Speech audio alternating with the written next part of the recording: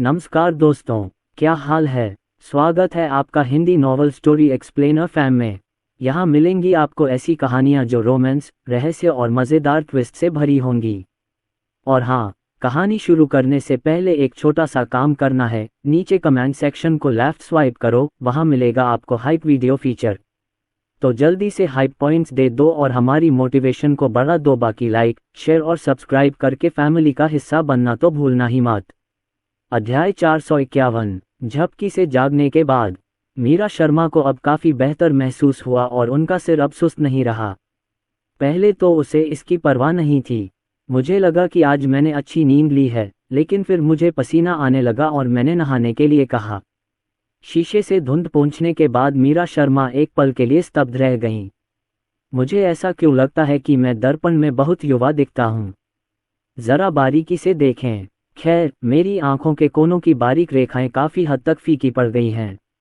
रुकिए, उसने सर्वोत्तम त्वचा देखभाल उत्पादों का उपयोग किया, लेकिन ये प्रभाव प्राप्त नहीं कर सकी। और करीब से देखने पर लगता है कि मेरी त्वचा भी बेहतर हो रही है। अरे क्या हो रहा है? क्या ये वह दवा है जो मैंने आज ली थी? मीरा शर्मा ने जल्दी से राजेश कपूर को कमरे में बुलाया। राजेश कपूर ने मीरा शर्मा में आए बदलाव को देखा और मुस्कुराते हुए पूछा, क्या हुआ? क्या तुम्हें मेरी याद आए? उसकी आंखों की नज़र ने इन शब्दों को और अधिक अर्थपूर्ण बना दिया। मीरा शर्मा ने राजेश कपूर का हाथ पकड़कर उन्हें इशारा किया। पतिदेव, क्या तुमने देखा? मैं तो जवान हो गई हूँ। मीरा शर्मा ने उत्साह से राजेश कपूर का हाथ पकड़ लिया और उत्साहित होकर बोली। राजेश कपूर ने सिर हिलाकर कहा, मेरे पति ने इसे देखा। प्रिय, क्या ये वही दवा है जो तुमने मुझे दी थी? राजेश कपूर ने फिर सिर हिलाया। मुझे भी ऐसा ही लगता है।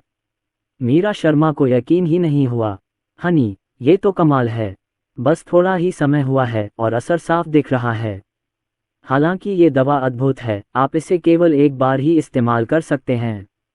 2 दिनों के बाद ये बेकार हो जाएगी। इस समय मीरा शर्मा अपनी अच्छी दोस्त प्रिया के बारे में सोच रही थी।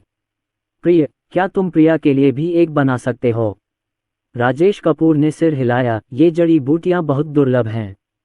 मैंने कई साल इन्हें चोरी छिपे इकट्ठा किया है। मीरा शर्मा थोड़ी निराश हुई। तो फिर बाकी का कुछ प्रिया को भी पीने दो। पत्नी, ये दवा सिर्फ एक ही व्यक्ति ले सकता है। इस तरह ये लंबे समय तक असरदार रहेगी।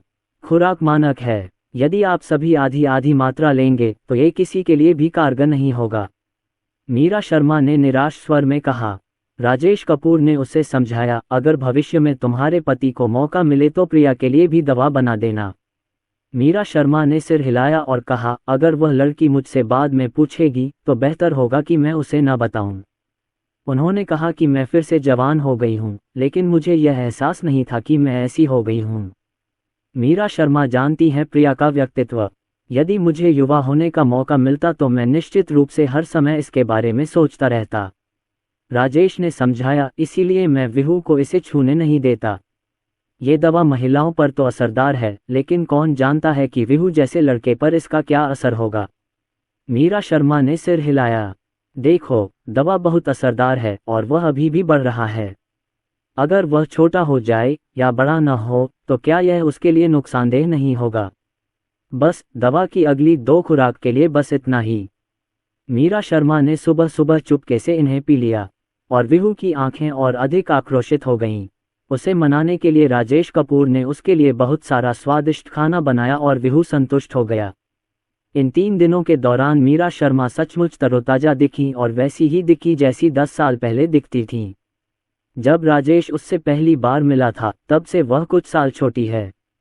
अब जब वे दोनों एक साथ खड़े हैं तो उनकी उम्र का अनुमान लगाना कठिन है। वे एकदम सही जोड़ी हैं। रिया ने आंखें झपकाईं। माँ, आप हाल ही में कितनी सुंदर हो गई हैं। तनु ने उसे ध्यान से देखा। माँ, आप और भी जवान होती जा रही हैं।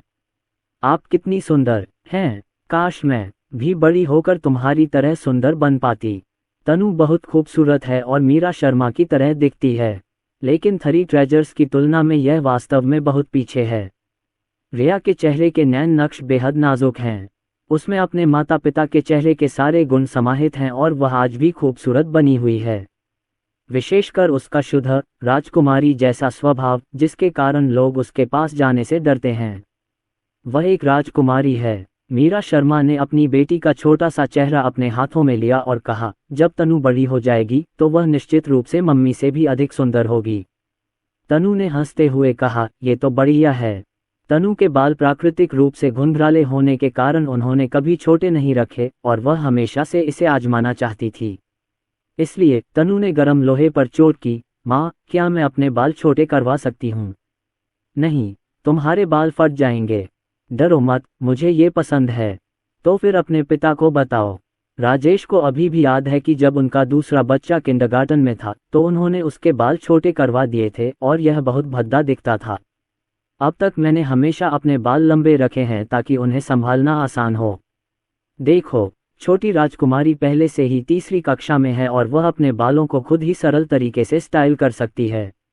बेहतर होगा कि आप चोटी बांध लें या छोटी सी चोटी बना लें।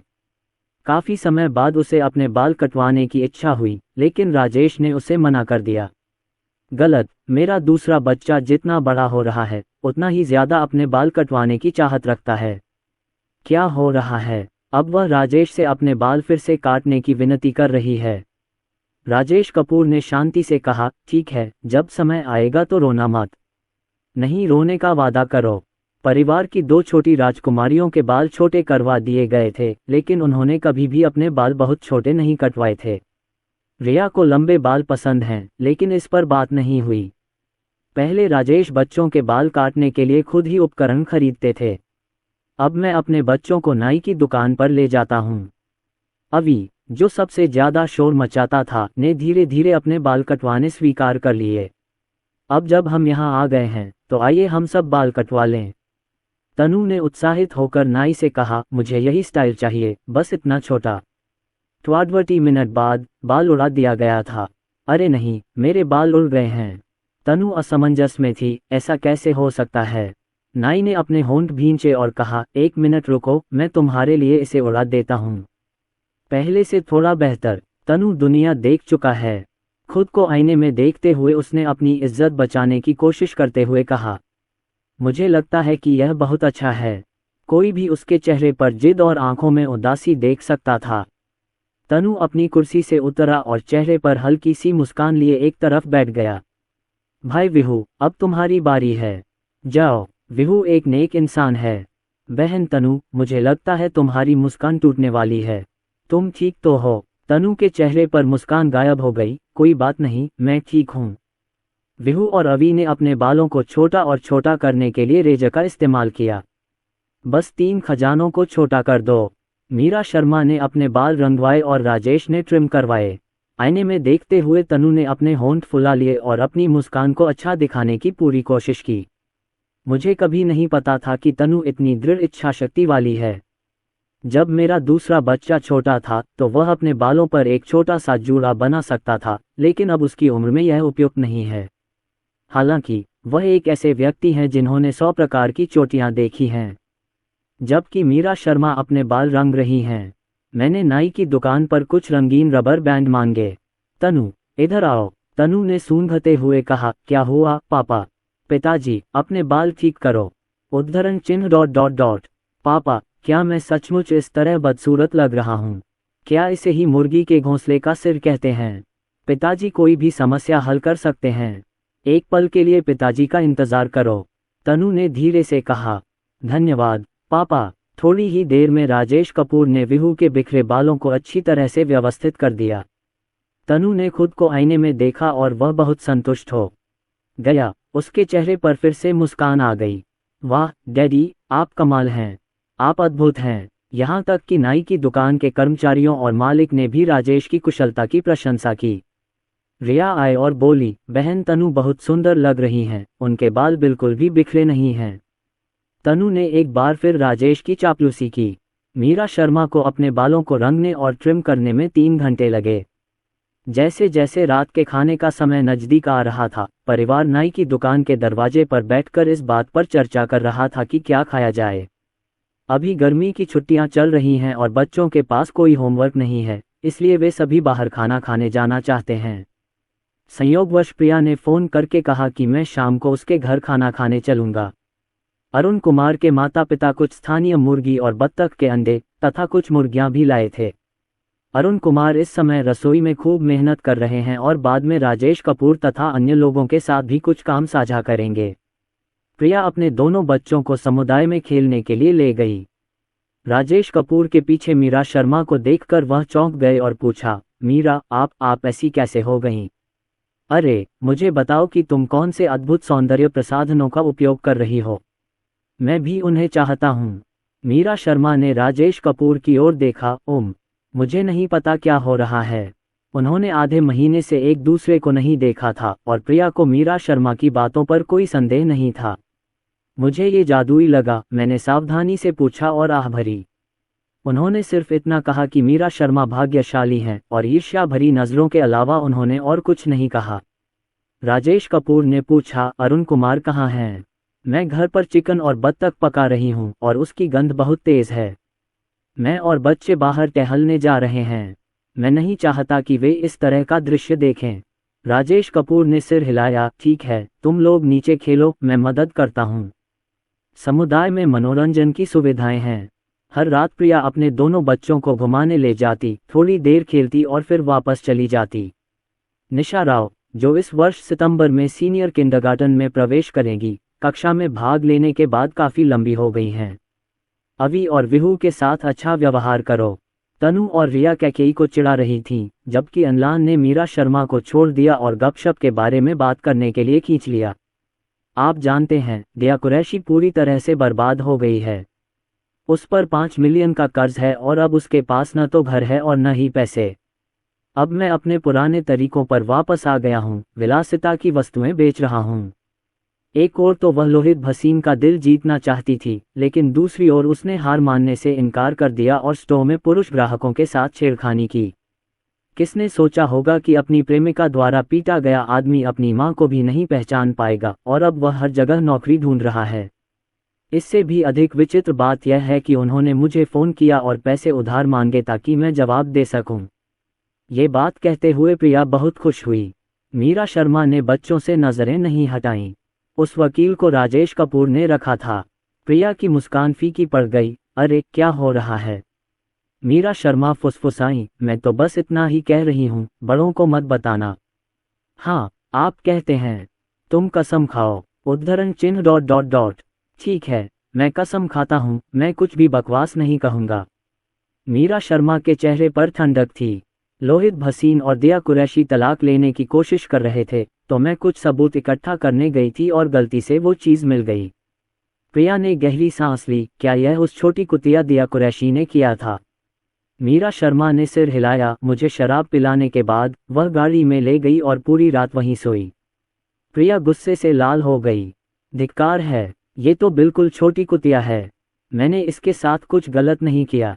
फिर उसे फिर से दुख महसूस होने लगा। वह जिस स्थिति से गुजर रही है, वह उसी की हकदार है। प्रिया ने उसे दिलासा देते हुए कहा, आखिरकार सच सामने आ ही गया, जिससे साबित हो गया कि हमने उस पर कोई गलत आरोप नहीं लगाया था। अब जब दिया कुरैशी ऐसी हो गई है, तो हम इस मामले का जिक्र कभी नहीं करेंगे। मीरा शर्मा ने सिर हिलाया। पहले तो मैंने उस दिशा में बिल्कुल नहीं सोचा था। बच्चे को जन्म देने के बाद प्रिया ने अपना अनुमान व्यक्त किया।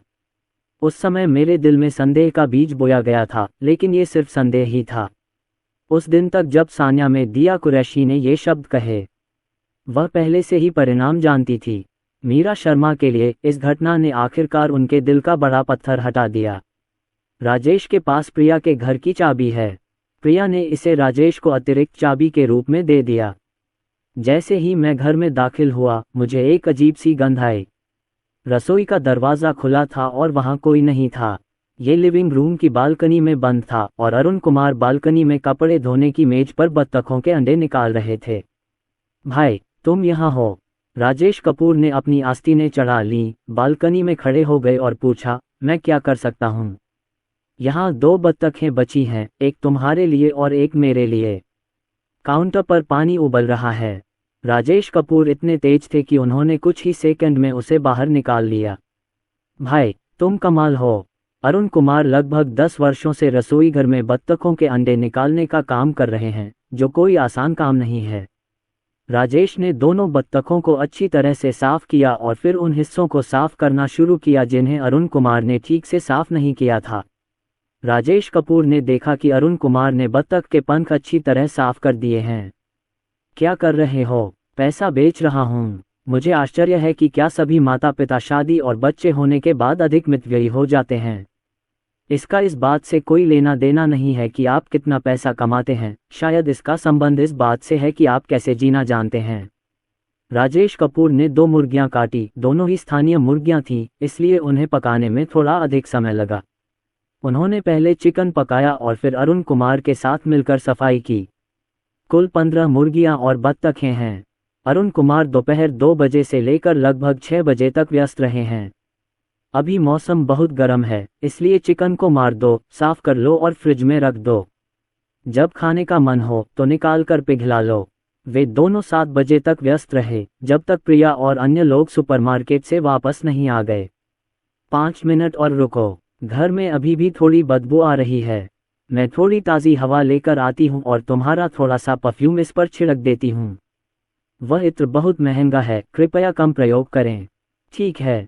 फोन रखते ही अरुण कुमार बुदबुदाया, मैं जानता हूं कि तुम क्या कहना चाह रही हो, तुमने बहुत ज्यादा पी लिया है। मैं बाद में तुम्हारे लिए एक और बोतल खरीद दूंगा। जब आपके बच्चे हों तो मेकअप करना सुविधाजनक नहीं होता, लेकिन यह आपको मेकअप खरीदने से नहीं रोकता। मैंने कमरे को हवादार किया और थोड़ा परफ्यूम छिड़का। 5 मिनट बाद गंध उतनी तेज नहीं रही। राजेश कपूर रसोई में खाना बना रहे थे। आंटी आन कब वापस आएंगी? वह कुछ दिनों में वापस आ जाएगी। जब तक वह नहीं जाएगी, मैं बच्चों की देखभाल के लिए घर पर ही रहूंगी। हम कल रात भी इस बात पर चर्चा कर रहे थे कि आंटी को आमंत्रित किया जाए या नहीं। राजेश कपूर अपने काम में व्यस्त थे। अगर तुम ये नहीं संभाल सकते तो किसी को नौकरी पर रख लो। अगर मुझे अपनी बीवी बच्चों पर तरस नहीं आएगा तो किसे आएगा? वही मैंने सोचा। दोनों ने बातचीत की और वापस आ गए। प्रत्येक बच्चे के हाथ में एक खिलौना था। प्रिया सोफे पर पीछे झुक गई और कुछ देर के लिए अपने मन को शांत किया। अब चूंकि मेरे 4 बच्चे हैं, मैं उनमें से 2 को उनके साथ खेलने के लिए छोड़ सकती हूँ। मीरा शर्मा ने चारों बच्चों को चेतावनी दी, अपने दोनों छोटे भाइयों पर कड़ी नजर रखना।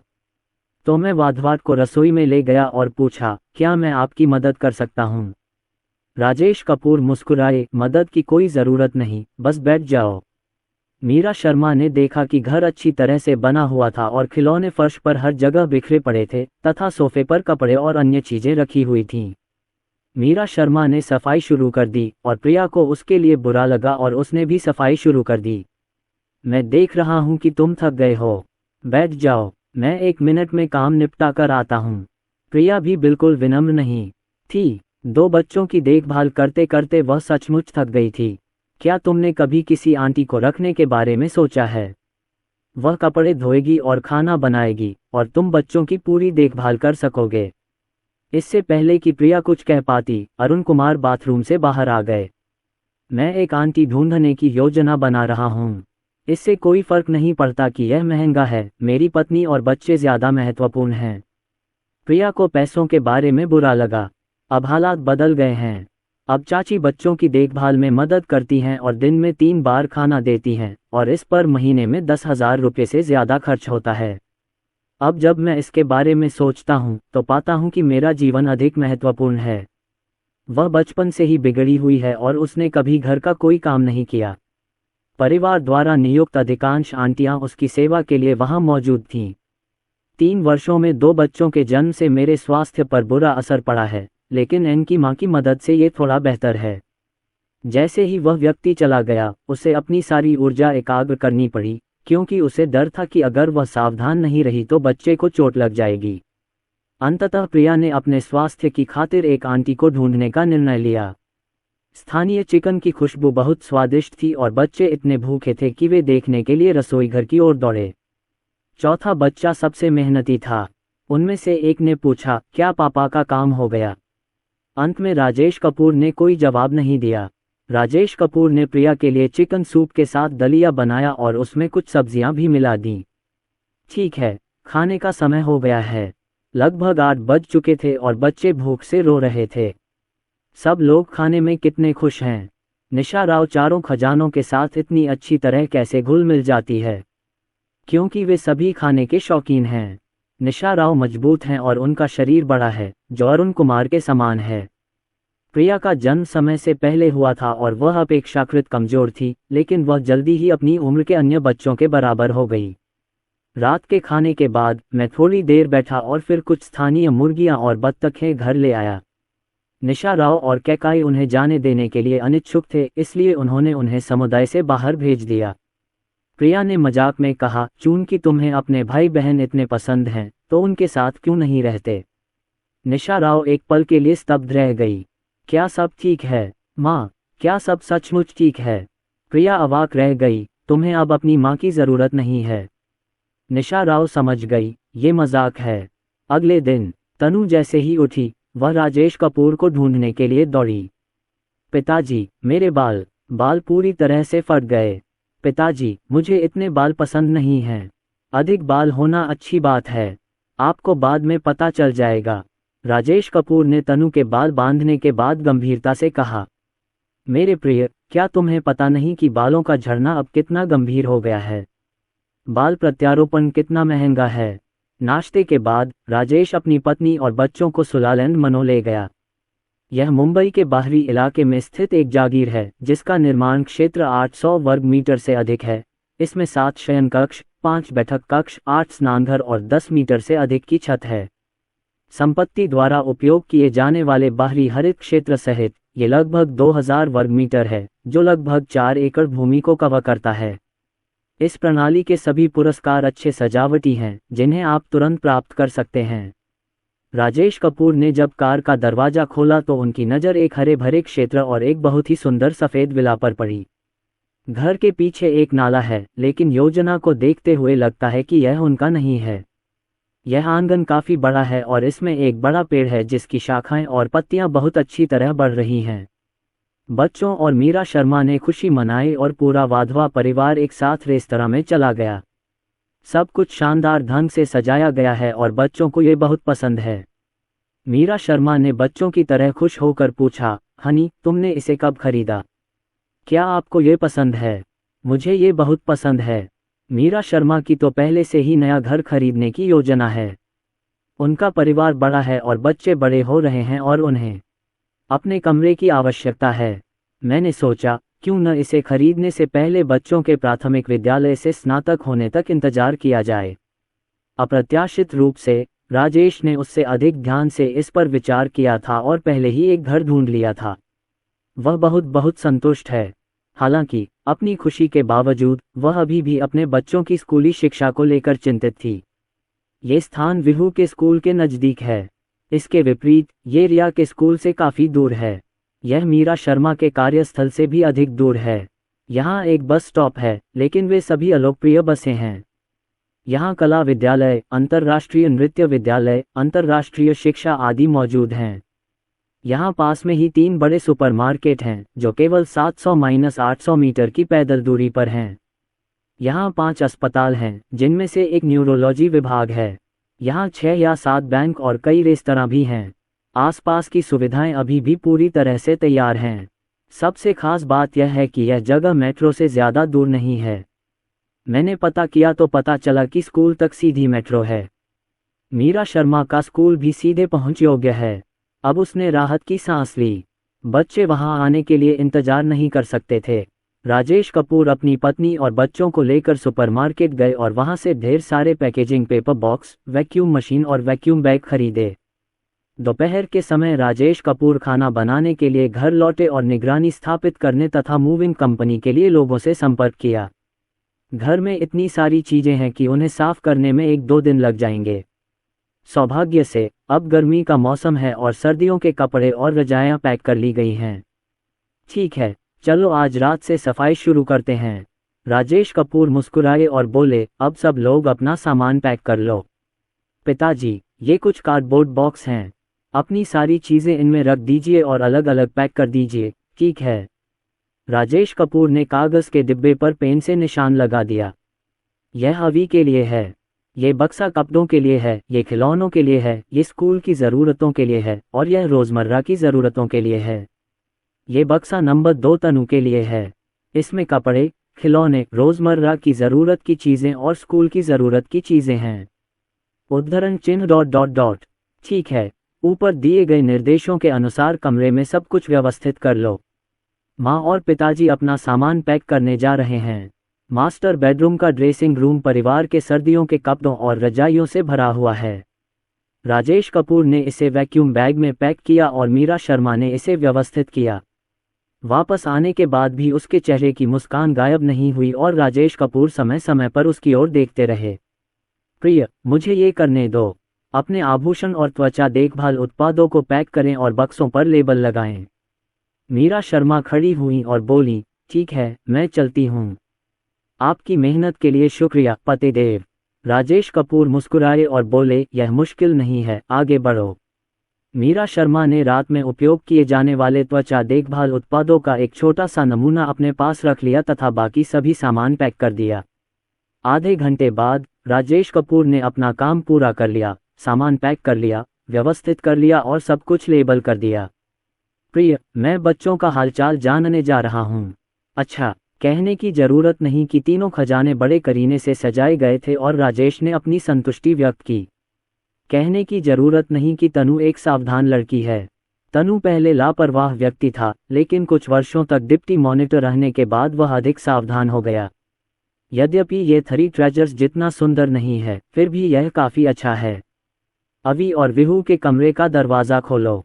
खैर, वास्तव में 2 लोग खेल रहे हैं। छंटाई जैसी कोई चीज नहीं है। राजेश कपूर ने शांति से पूछा, सफाई कैसी चल रही है? दोनों बच्चों को तुरंत होश आ गया और उन्हें समझ आ गया कि उन्हें क्या करना चाहिए। राजेश कपूर की सौम्य मुस्कान देखकर, लेकिन मुस्कान थोड़ी डर भरी थी, उन्होंने तुरंत आज्ञाकारी होकर अपना सामान पैक कर लिया। राजेश कपूर मुस्कुराए और बोले, पिताजी जल्द ही मुझसे मिलने आएंगे। तुम सब कुछ तैयार रखना। मुझे लगा कि मेरे घर में कुछ भी नहीं है, लेकिन जब मैंने उसे साफ करना शुरू किया तो पाया कि पैक करने के लिए बहुत कुछ था। यद्यपि हवेली में सब कुछ मौजूद है, फिर भी आपको अपने कपड़े लाने होंगे। एक ही रात में सब कुछ साफ हो गया। अगले दिन दोपहर के भोजन के बाद हमने अपना सामान पूरी तरह पैक कर लिया। सामान ले जाने वाली कंपनी आए और बक्सों को ट्रक में लाद दिया। रिया का वायलिन एक बक्से में रखा था, लेकिन पियानो बहुत महंगा था और रिया को हमेशा से यह बहुत पसंद था। चलते समय मीरा शर्मा बार बार श्रमिकों को याद दिलाते रहे, कृपया सावधान रहें, धन्यवाद। अंत में रैम्बो मिठू का कुत्ते का भोजन और बिल्ली का भोजन, बिल्ली का कूड़ा, बिल्ली का कटोरा, बिल्ली के घोंसले आदि। मुझे ये देखने के लिए सामान पैक करना होगा कि क्या मुझे और कुछ ले जाने की जरूरत है। प्रथम तल पर केवल एक लाउंज है, जिसमें शयन कक्ष शामिल नहीं है। दूसरी मंजिल पर 5 कमरे हैं, जिनमें एक भंडारण कक्ष, एक छोटा अध्ययन कक्ष और 3 शयन कक्ष शामिल हैं। तीसरी मंजिल पर मास्टर बेडरूम के अलावा 2 अन्य कमरे हैं तथा अन्य कमरे हैं क्लॉक रूम, अध्ययन कक्ष आदि। मैं भविष्य में प्रथम तल पर स्थित लाउंज, द्वितीय तल पर स्थित भंडारण कक्ष तथा छोटे अध्ययन कक्ष को अतिथि कक्षों में परिवर्तित करने की योजना बना रहा हूँ। यद्यपि यहाँ केवल 7 शयन कक्ष हैं, फिर भी कई उपयोगी कमरे हैं। रिया के संगीत कक्ष और तनु की कार्यशाला के लिए कमरे उपलब्ध हैं। राजेश कपूर ने कहा, दूसरी मंजिल पर 3 शयन कक्ष हैं। माँ और पिताजी के कमरे के अलावा तीसरी मंजिल पर 2 और शयन कक्ष हैं। आप चुन लीजिए। बच्चों के बीच चर्चा के बाद रिया और तनु ने तीसरी मंजिल पर रहने का फैसला किया। यद्यपि वे शांति पसंद करते हैं, अवि और विहू आत्म जागरूक हैं और अधिक शोर मचाते हैं। अब जब काम पूरा हो गया है, तो चलो कमरे को साफ करना शुरू करें। जब राजेश कपूर सफाई कर रहे थे तो उन्होंने कहा, भविष्य में जब हमारे पास समय होगा तो हम धीरे धीरे आपके बेडरूम का नवीनीकरण करेंगे। बच्चे अब अपने नए घर पर ध्यान केंद्रित कर रहे हैं और बेडरूम के नवीनीकरण पर ज्यादा ध्यान नहीं दे रहे हैं। हाँ, सफाई खत्म करने के बाद राजेश कपूर ने रात का खाना बनाना शुरू कर दिया। हाँ, वे रेफ्रिजरेटर भी साथ लाए। रात के खाने के बाद अंधेरा होने से पहले परिवार ने आंगन में खेलना शुरू कर दिया। मीरा शर्मा चिंतित थीं, मच्छरों से सावधान। आओ, मच्छर भगाने वाली दवा छिड़क दो। राजेश ने बच्चों को खेलते हुए देखा, एक पल सोचा और बोला, प्रिय, क्यों न हम अपने लिए थोड़ी सी जमीन साफ कर लें ताकि मैं कुछ सब्जियां उगा सकूं। मीरा शर्मा को कोई आपत्ति नहीं थी। जरूर, मुझे आंगन में फलों के पेड़ लगाने की आदत है, इसलिए मुझे खाली लॉन देखने की आदत नहीं है। राजेश कपूर मुस्कुराए और बोले, मैंने उन फलों के पेड़ों को यहाँ प्रत्यारोपित किया है। दंपति ने आंगन की योजना बनानी शुरू कर दी। प्रांगण का 1/3 भाग बच्चों के लिए आरक्षित है।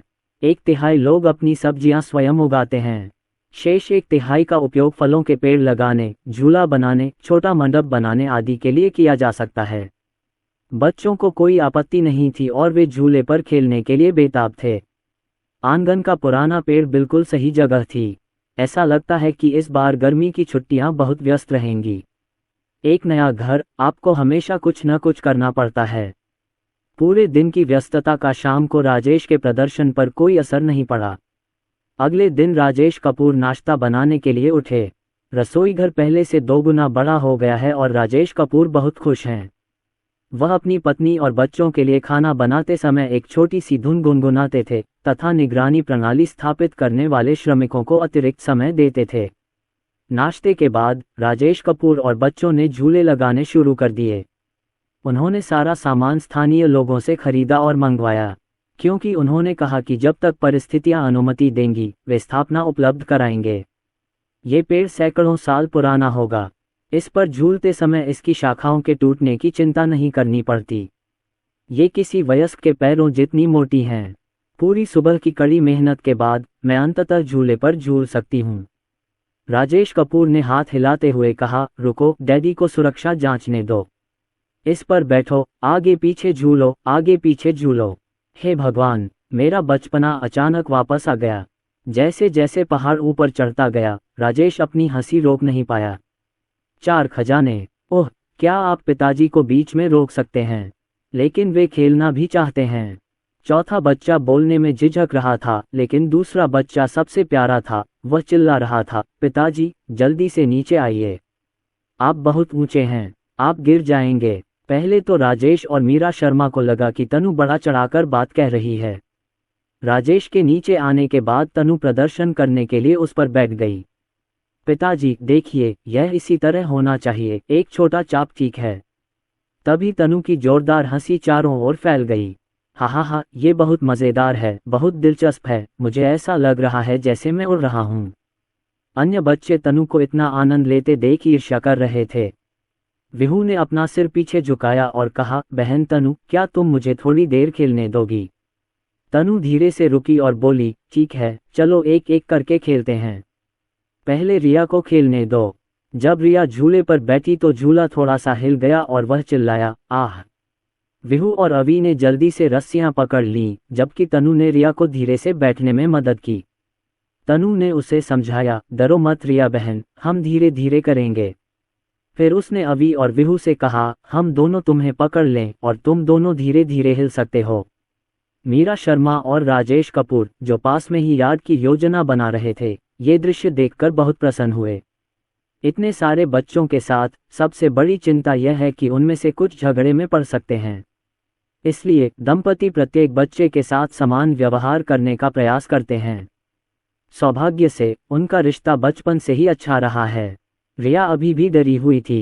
कुछ देर उस पर बैठने के बाद वह डर के मारे जल्दी से नीचे उतर गया। सबने उसे मनाने की कोशिश की, तभी राजेश आया और बोला, बहन रिया खेलना नहीं चाहती, तुम लोग खेल सकते हो। चाहे खेल के मैदान में खेलें या अन्य काम करें, तीनों खजाने हमेशा राजेश के साथ रहेंगे। मैं केवल राजेश के साथ ही खेलने का साहस कर पाता हूँ। राजेश कपूर आए और आधा नीचे बैठ गए। पिताजी, बाद में तुम्हारे साथ खेलेंगे, ठीक है? रिया एक पल के लिए हिचकिचाई और सिर हिला दिया। अवी को भी इस झूले पर खेलने में बहुत मजा आया। कुछ देर खेलने के बाद भी कई लोग संतुष्ट नहीं थे और खेलना जारी रखना चाहते थे। इसी समय निगरानी स्थापित करने वाले कर्मचारी आ गए।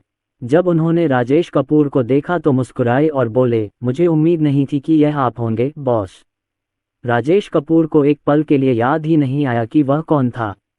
मैंने ही ग्रीन लेक विला में आपके लिए निगरानी प्रणाली स्थापित की थी।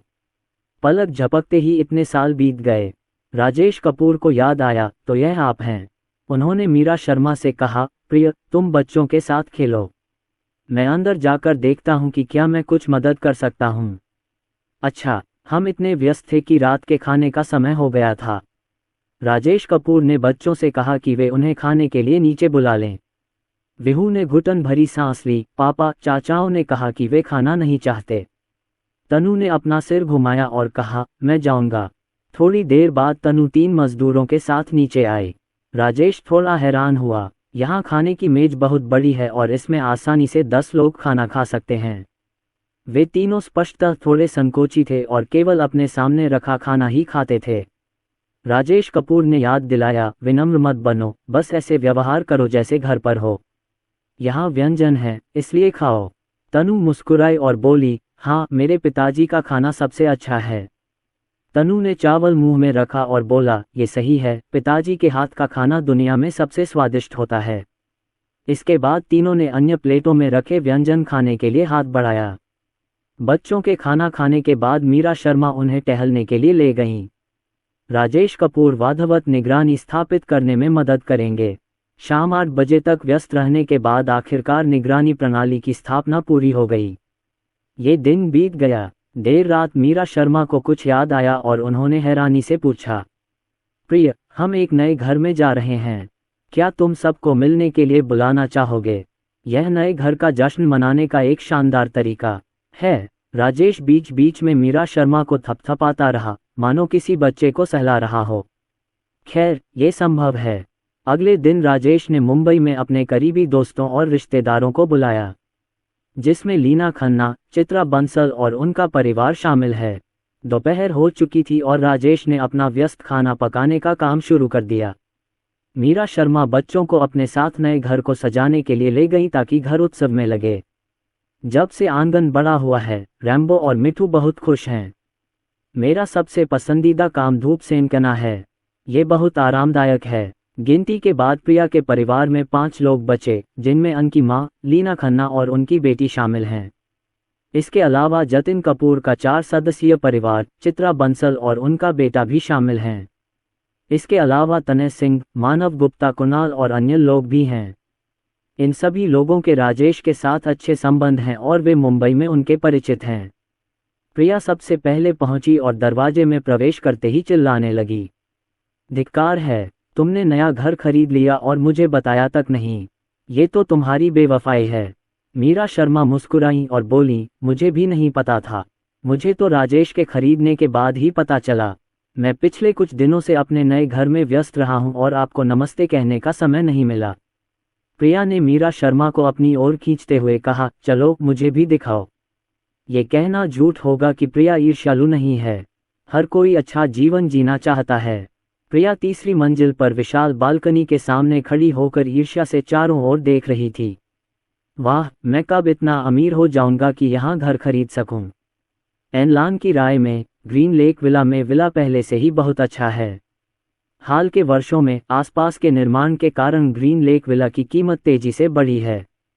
मूल्य को एक तरफ रखते हुए एनलान को ग्रीन लेक विला का लेआउट बहुत पसंद आया, लेकिन अंततः उसने यह विला देखा। अरे, पैसा होना बहुत अच्छी बात है। कोई सर्वोत्तम नहीं है, केवल बेहतर है। मीरा शर्मा मुस्कुराई और बोली, हमारा परिवार बड़ा है और मेरे बच्चे साल के दूसरे भाग में 4th कक्षा में होंगे। वे दिन ब दिन बड़े होते जा रहे हैं, इसलिए ग्रीन लेक विला में रहना थोड़ा अनुपयुक्त है। मैं पहले भी घर खरीदना चाहता था, लेकिन इतने बड़े घर बहुत कम हैं। राजेश के पास इसके कई समाधान हैं। प्रिया बहुत ईर्ष्यालु थी। हाँ, आपके पति सबसे अच्छे हैं। वह बहुत ही शानदार हैं, बहुत ही शानदार। मीरा शर्मा गर्व से बोली, बिल्कुल। शादी के बाद से लेकर अब तक उसे कोई चिंता नहीं रही, क्योंकि राजेश ने उसकी सारी समस्याएं सुलझा दी हैं।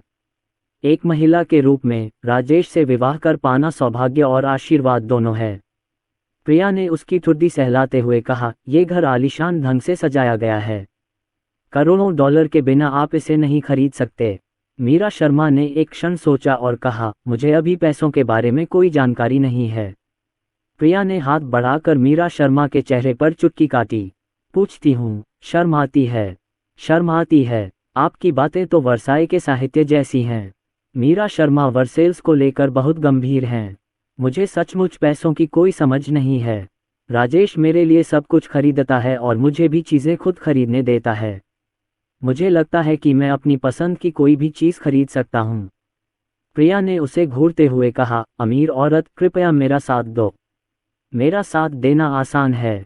मीरा शर्मा ने पूछा, आप क्या कर सकते हैं? क्या आपके पास कोई विशेष कौशल है? खाना पीना और मौज मस्ती करना, क्या ये सब इसमें शामिल है? तो फिर भूल जाओ। नहीं, मैं तुम्हें खुश करने के लिए अच्छा व्यवहार कर सकती हूँ और मीठी बातें कह सकती हूँ।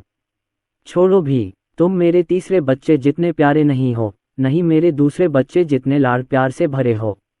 तुम्हें पालने का कोई मतलब नहीं है। दफा हो जाओ, तुम कुछ भी नहीं हो।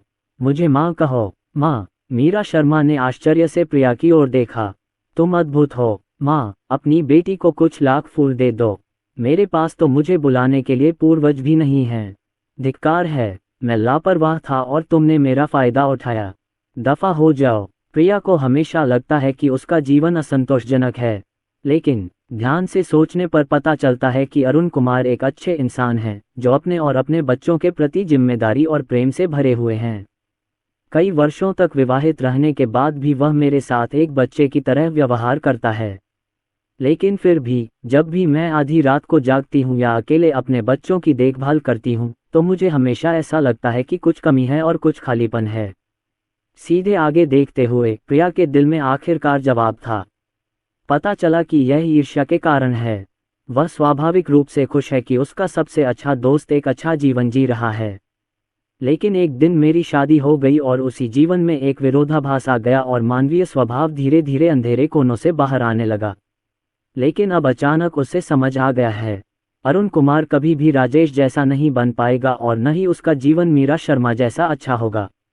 इस मामले में अपने जीवन का पुनर्मूल्यांकन करना वास्तव में एक अच्छा विचार है।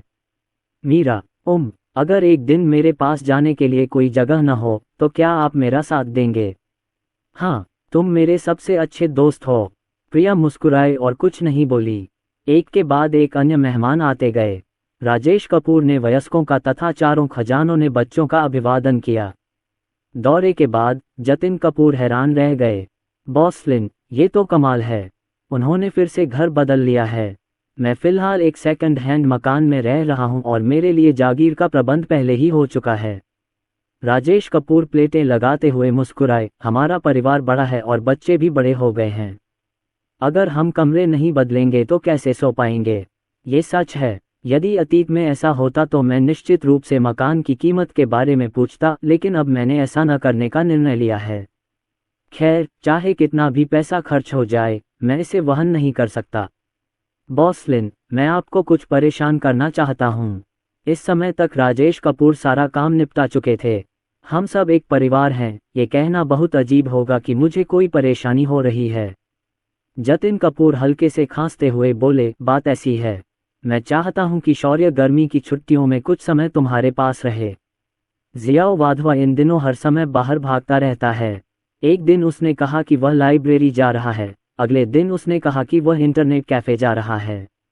इस गर्मी में मैं बिजनेस में इतना व्यस्त हूं कि उसकी देखभाल नहीं कर पाऊंगा, और शालिनी कपूर बच्चों की देखभाल में व्यस्त हैं। मुझे चिंता है कि यह बच्चा हमारी पीठ पीछे कुछ कर सकता है। अगर वह सही रास्ते से भटक गया तो क्या होगा? वह आपकी बात सुनता है, इसलिए मुझे लगता है कि आप इस गर्मी में उसे अच्छी तरह से पढ़ाएंगे। जब भी मैं उससे बात करता हूँ, वह अधीर हो जाता है और कहता है कि वह सब कुछ जानता है। परसों रात वह देर रात तक घर नहीं आया। जब मैंने उसे फ़ोन किया तो उसका फ़ोन बंद था। सुबह 4 बजे मैं किसी को गिरफ्तार करने के लिए पास के एक इंटरनेट कैफ़े में गया, और जब मैं वापस आया तो मैंने उसकी पिटाई कर दी। राजेश कपूर ने भौहें चढ़ाईं, उसे पीटना बेकार है। अगर इससे काम चलता तो हम उसे बहुत पहले ही पीट पीट कर परास्त कर चुके होते। जतिन कपूर ने भी अफसोस जताते हुए कहा, मैं उस वक्त इतना गुस्से में था कि मैंने इस बारे में सोचा ही नहीं। बाद में शालिनी कपूर ने मुझे बताया कि बच्चा अब बहुत चिड़चिड़ा हो गया है और उसे मारा पीटा नहीं जा सकता। आजकल समाचारों में हमेशा किशोरों के बारे में चर्चा होती रहती है और यह मुझे डराता है। लेकिन उसे इस रूप में देखकर मैं क्रोधित हो जाता हूँ। मैं कुछ नहीं कर सकता। मैं तो बस यही सोच सकता हूँ कि उसे शांत करने के लिए तुम्हें गर्मी की छुट्टियों में यहाँ लाऊं। राजेश कपूर को लगता है कि यहाँ रहना कोई बड़ी बात नहीं है, लेकिन मैं पहले ही स्पष्ट कर दूं, मैं शौर्य का मार्गदर्शन करने की पूरी कोशिश करूंगा। अपनी सारी उम्मीदें मुझ पर मत लगाओ। जतिन कपूर ने हंसते हुए कहा, मुझे पता है, मैं भी इस गर्मी की छुट्टी का फ़ायदा अपने किरदार को निखारने में उठा रहा हूँ। यह मामला सुलझ गया। टिया खन्ना, चित्रा बंसल, चारों खजाने, शौर्य, कैकेयी और निशा राव सभी आंगन में झूलों पर खेल रहे थे। जब वयस्कों ने खाना खत्म कर लिया तो वे कुर्सियां दरवाजे के पास ले जाकर बैठ गए और बातचीत करने लगे। जतिन कपूर ने पूछा, ये यार्ड कितना विशाल और आरामदायक है। शालिनी कपूर ने अपने बेटे को उसके पास फेंक दिया और कहा, थोड़ी देर के लिए इसका ख्याल रखना, मैं थक कर मर रही हूँ। छोटा बच्चा अभी दौड़ने की अवस्था में ही है। जैसे ही उसे नीचे बिठाया जाता है वह ऐसे आगे की ओर दौड़ता है जैसे उसके पास हॉट व्हील्स हों। यदि कोई नहीं देख रहा है तो ये काम नहीं करेगा। जतिन कपूर ने अपने बेटे को गोद में लिया और कहा, चलो पापा तुम्हें तुम्हारे भाई बहनों के साथ खेलने ले जाएंगे। बच्चे झूलों पर झूल रहे थे और किसी ने पेड़ों पर चढ़ने का सुझाव दिया। ये पेड़ सीधा नहीं बल्कि घुमावदार तरीके से ऊपर की ओर बढ़ता है। यह ज्यादा ऊंचा तो नहीं होता लेकिन बहुत मजबूत होता है। शौर्य यहाँ सबसे बुरा है। उसने आगे बढ़कर आसानी से ऊपर चढ़ लिया। जब नीचे बैठे बच्चों ने ये देखा तो वे इतने खुश हुए कि वे भी रेंगने लगे। चौथा बच्चा आसानी से ऊपर चढ़ गया। उसके बाद सबसे बड़ा बच्चा और चित्रा बंसल भी ऊपर चढ़ गए। तनु, टिया खन्ना और रिया तीनों ने छोटी स्कर्ट पहन रखी हैं जिससे उन्हें पेड़ों पर चढ़ने में असुविधा हो रही होगी। तनु ने सिर हिलाते हुए कहा, चलो कपड़े बदल लेते हैं। ये कहते हुए वह रिया और टिया खन्ना का हाथ पकड़कर कमरे की ओर भागा। अब चूंकि झूले पर कोई नहीं था, जतिन कपूर ने छोटे बच्चे को गोद में लिया और अरुण कुमार के कैकेयी के साथ झूले पर खेलने लगे। जतिन कपूर का बच्चा प्रिया और निशा से बड़ा है और प्राथमिक विद्यालय में पढ़ता है। ये कैसा झूला है, पेड़ों पर चढ़ने में कितना मजा आएगा।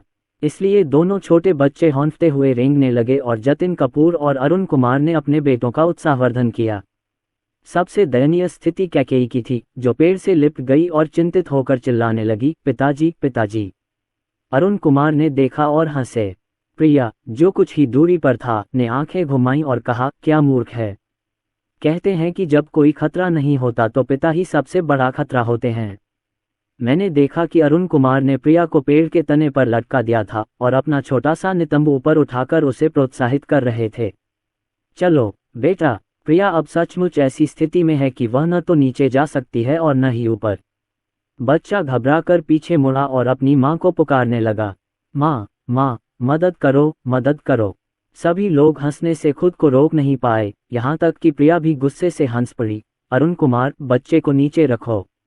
अरुण कुमार ने जल्दी से अपने बेटे को गोद में उठाया। कोई बात नहीं प्रिय, मैं प्रिया को पकड़े हुए हूँ। प्रिया ने गुस्से से आंखें घुमाई, प्रिया की दयनीय नज़र को देखा और चिल्लाई, आप क्या कर रहे हो। अरुण कुमार कांप उठे और उन्होंने जल्दी से बच्चे को नीचे उतार लिया। प्रिया ने गुस्से से कहा, धिक्कार है, तुमने उसे 10 महीने तक गर्भ में नहीं रखा और जन्म भी दिया, फिर भी तुम्हें जरा भी दर्द नहीं हुआ। प्रिया ने हंसते हुए कहा, मैंने ऑनलाइन सुना है कि अगर आप अपने बच्चों का इस्तेमाल मनोरंजन के लिए नहीं करते तो बच्चे पैदा करने का क्या मतलब है। प्रिया ने धीरे से कहा, अगर तुम खेलना चाहते हो तो ऐसी जगह खेलो जहां मैं तुम्हें देख न सकूं। दरअसल मुझे भी प्रिया के साथ खेलना पसंद है। जब मैं निशा राव का पालन पोषण कर रही थी तब मैं नई माँ थी और कई चीज़ों को लेकर घबराई हुई थी। जहाँ तक दूसरे बच्चे का सवाल है, अब चूंकि मेरे पास अनुभव है, मैं उसे आसानी से पाल सकती हूँ। मुझे प्रिया के साथ लुका छिपी और अन्य खेल खेलना बहुत पसंद है और प्रिया भी बहुत अच्छा सहयोग करती है। अपने शरारती भाई निशा राव की तुलना में प्रिया का व्यक्तित्व अच्छा है और वह रिया से कुछ मिलती जुलती है, लेकिन यह अफसोस की बात है कि वह लड़की नहीं है। यहाँ 3 लड़कियाँ अपने कपड़े बदलकर पेड़ों पर चढ़ने आई हैं। तनु ने पहले ताइक्वांडो सीखा था, इसलिए उसकी मोटर तंत्रिकाएं रिया की तुलना में अधिक विकसित हैं। पैंट बदलने के बाद वह एक छोटे बंदर की तरह इधर उधर घूमने लगा। रिया और टिया खन्ना हमेशा से शांत स्वभाव की लड़कियां रही हैं और उन्होंने कभी ऐसा कुछ नहीं किया। टिया खन्ना की तुलना में रिया उनसे कहीं ज़्यादा मजबूत है। आखिरकार राजेश हर छुट्टी के दौरान अपने बच्चों को आउटडोर खेल खेलने के लिए ले जाता है। चाहे जो भी हो, रिया की शारीरिक बनावट और एथलेटिक क्षमता उसके साथियों की तुलना में बहुत बेहतर है। अंत में केवल टिया खन्ना ही बची थी जो बेचैनी से नीचे रेंग रही थी। जतिन कपूर ने मुस्कुराते हुए पूछा, क्या आपको मेरी मदद चाहिए? टिया खन्ना ने दयनीय स्वर में कहा, शुक्रिया अंकल, आपका स्वागत है। बच्चे पेड़ों पर बैठे अपने पैर लटकाए और एक अलग तरह के दृश्य का अनुभव किया। राजेश कपूर आह भरने से खुद को नहीं रोक पाए। जब हम छोटे थे तो हम पेड़ों पर चढ़ते थे, पक्षियों के घोंसले खोदते थे, मछलियां पकड़ने के लिए नदी पर जाते थे और बहुत सारी चीजें करते थे। चित्रा बंसल के पिता जिग्नेश शाह ने सहमति व्यक्त की। हाँ, पहले कोई खिलौने या खेल नहीं थे। कुछ छोटे दोस्त इधर उधर दौड़ते भागते थे और बड़े बच्चों के साथ खेलते थे। जब मैं थोड़ा बड़ा हो जाऊंगा तो सुअरों के लिए घास काटने, खाना बनाने और खेतों में काम करने में मदद करूंगा। करने के लिए बहुत सारे काम हैं। राजेश कपूर को सुअरों के लिए घास काटने की जरूरत नहीं पड़ी, लेकिन फिर भी वह एक खुशहाल जीवन जी रहे थे। हम कुछ देर बैठे रहे, सूरज डूब रहा था और मेहमान एक एक करके जा रहे थे। जतिन कपूर ने राजेश कपूर को आंख मारी। राजेश कपूर ने मुस्कुराते हुए पूछा, जियाओ वाधवा, क्या आप कुछ समय के लिए हमारे साथ रहना चाहेंगे? मैं इन दिनों काफ़ी व्यस्त हूं और मुझे चिंता है कि कहीं चारों खजाने अकेले न रह जाएं। मीरा शर्मा ने आश्चर्य से राजेश कपूर की ओर देखा, फिर शांति से नजरें फेर लीं। जतिन कपूर अभी भी नाटक कर रहे थे। अच्छा शौर्य, तुम्हारा क्या विचार है? जियाओ वाधवा एक पल के लिए हिचकिचाया और सिर हिलाया। तो फिर मुझे आपको परेशान करने के लिए खेद है चाचा। राजेश कपूर हल्के से मुस्कुराए, हम सब एक परिवार हैं, इसलिए मैं आपसे मदद मांग रहा हूं। इसे उपद्रव कैसे माना जा सकता है?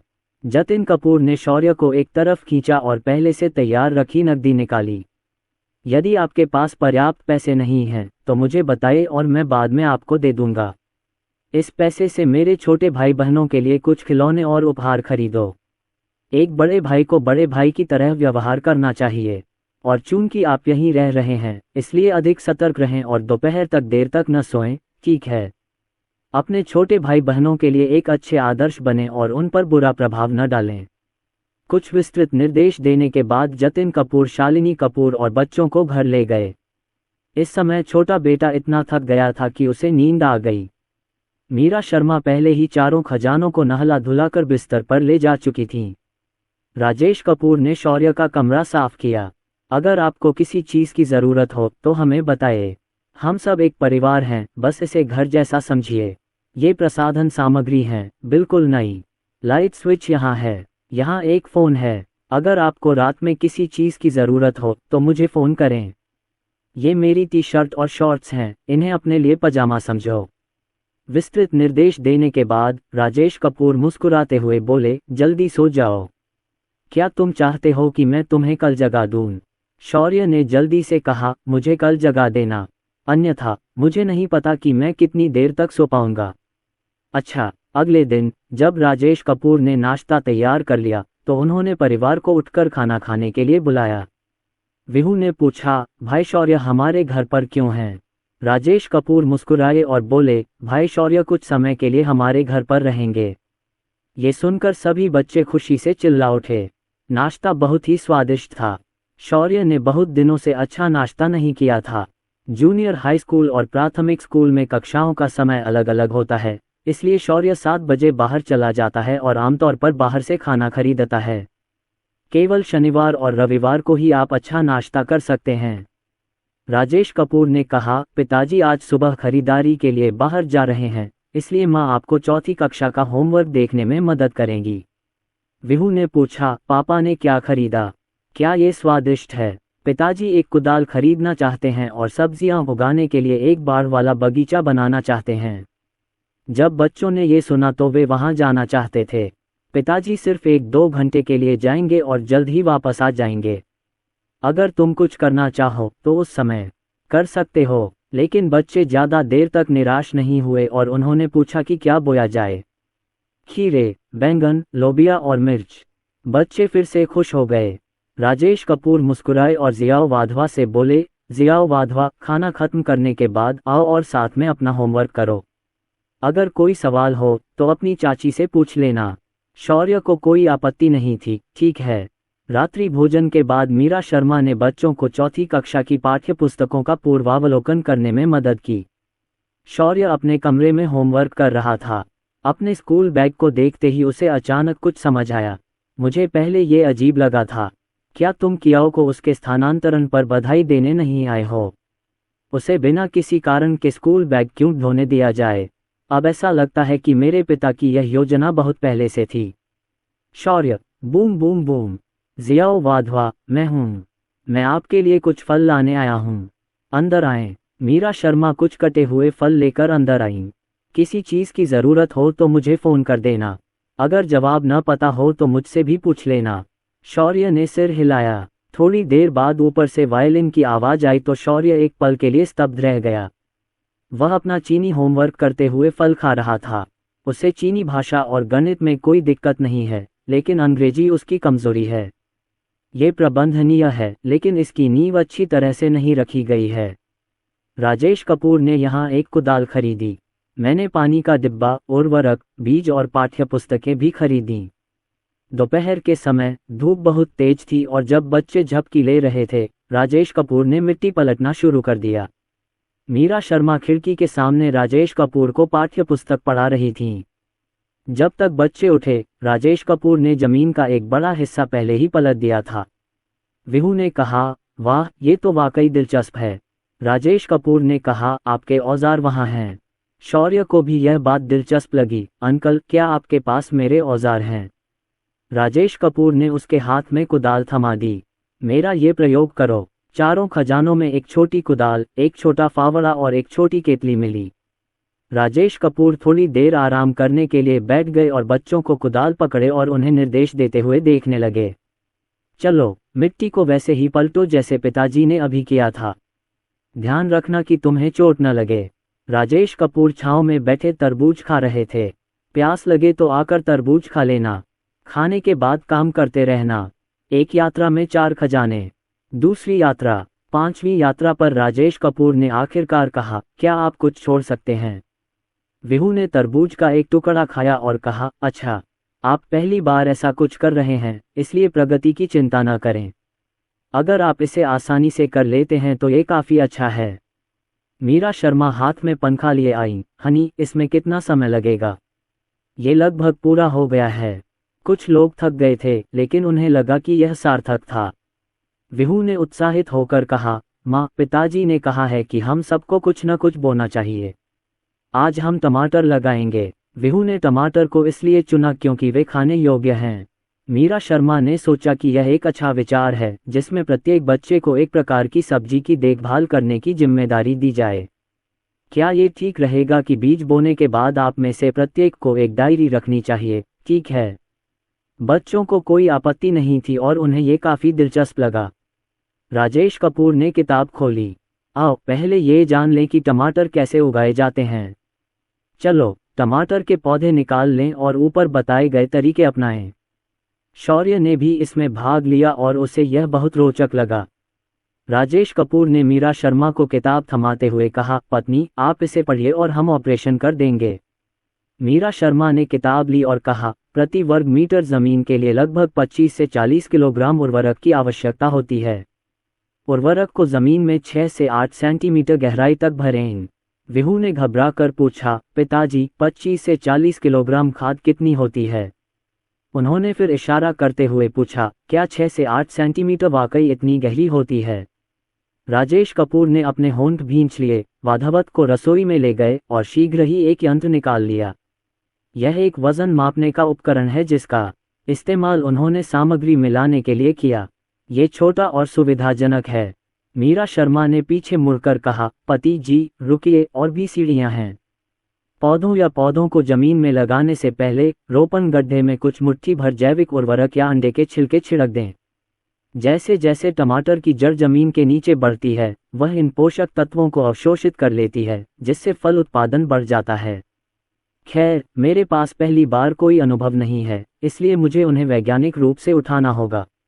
राजेश कपूर ने अपने होंठ भींचे और कुछ अंडे के छिलके निकाले, जो सभी ताजे थे।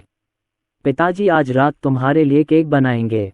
मीरा शर्मा एक पल के लिए चुप रहीं और राजेश कपूर को आंख मार दी। राजेश कपूर आए और ऊपर की सीढ़ियों को देखने लगे। यह मोटे अक्षरों में लिखा गया था, टमाटर को हल्की अम्लीय मिट्टी पसंद है। अत्यधिक अम्लता के कारण पौधे से कैल्शियम नष्ट हो सकता है, जिससे नाभि सड़न की समस्या हो सकती है।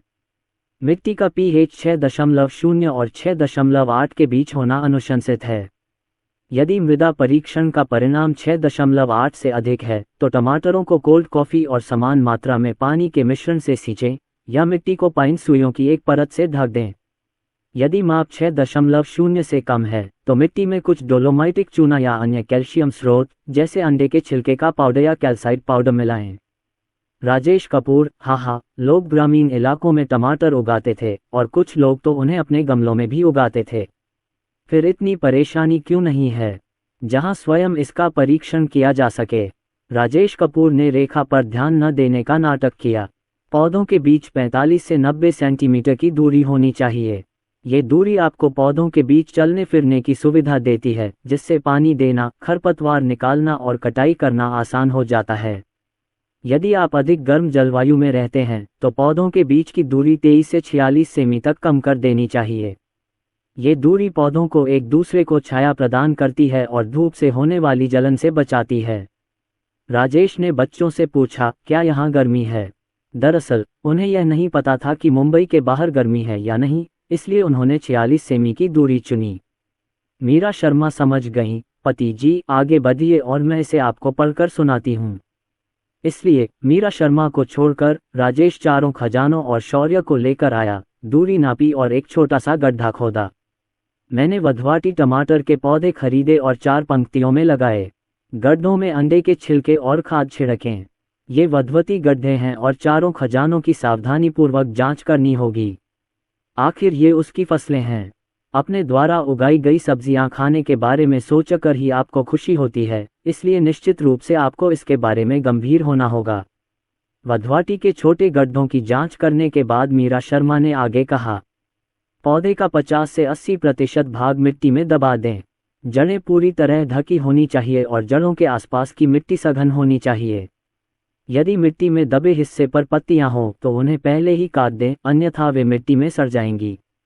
उन्होंने टमाटर के पौधों को सावधानीपूर्वक बाहर निकाला और एक एक करके उनकी जांच की। सब ऐसे ही थे। मीरा शर्मा किताबें ऐसे जांच रही थी मानो परीक्षा कक्ष का निरीक्षण कर रही हों। विहू, मिट्टी को थोड़ा जोर से दबाओ। हाँ, पर ज्यादा जोर मत लगाना।